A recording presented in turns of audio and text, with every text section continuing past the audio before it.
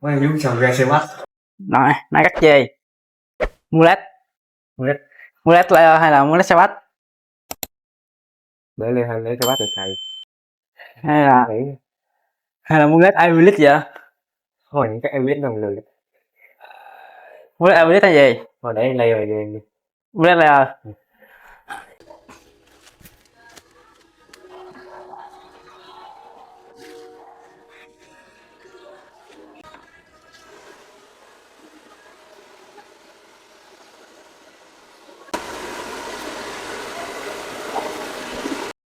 Hello các bạn, hôm nay chúng ta sẽ hướng dẫn và chia sẻ với nhau về kiểu tóc mullet xe bắt này rồi. Nào chúng ta bây giờ cùng nhau đi vào bài cắt.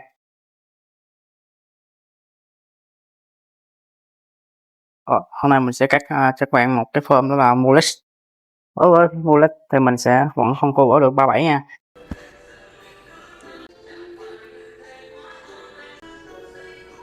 Vân của mullet này mình sẽ đi từ điểm số 8 mình sẽ đi xuống điểm số 1 nha các bạn. Mình sẽ tạo vòng của mullet. Đây là phần form cao.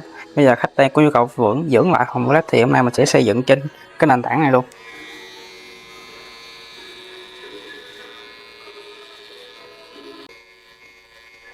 Hôm nay mình sẽ cắt fade, hôm nay mình sẽ cắt mid, mình sẽ cắt khung thấp, fade thấp. Mình sẽ bấm ngay cái điểm lõm này đến phần đỉnh tay này. Sau đó mình sẽ mở lửa ra và tạo ngắn thực hiện bài fade.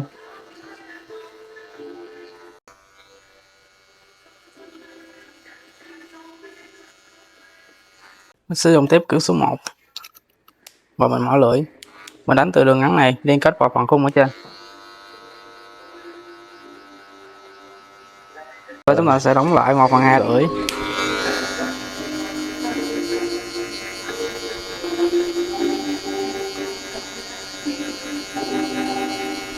Tôi sẽ dùng tiếp cử 0.5.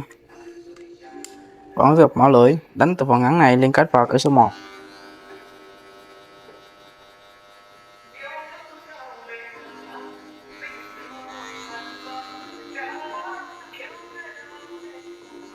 Tôi dùng chấn viền mình cạo phần tóc con phía dưới. Chúng tôi sẽ đi đường viền.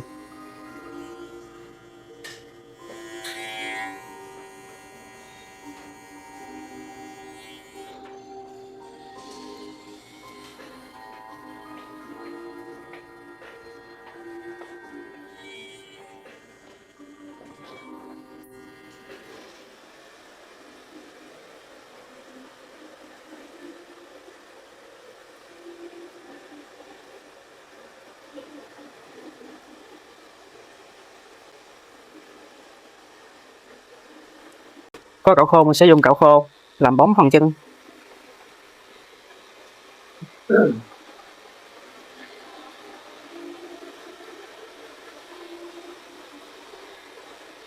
Rồi chúng ta sẽ dùng lược và sẽ xử lý lại phần phân viền này để tạo lỗ liên kết.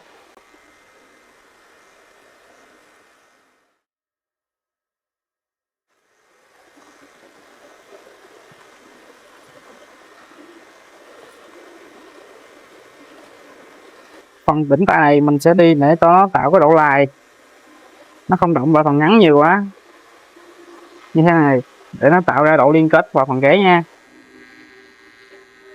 Đấy, thì con gáy này nó sẽ được tự nhiên hơn. Đấy, mình sẽ lài nhẹ xuống, không cho nó động nhiều quá vì con tóc này mình đang dưỡng. Đấy, cái này khi mình nhìn trước cái nào thì nó sẽ không có cái độ lài, không có cái độ ngắn.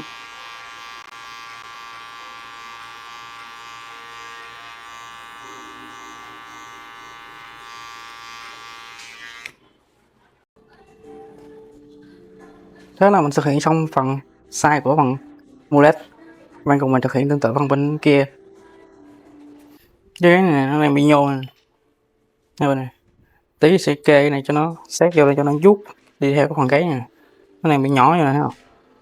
Vuốt cái này nó sát vô một xíu thì nó sẽ căng được từ phía trước tới phía sau.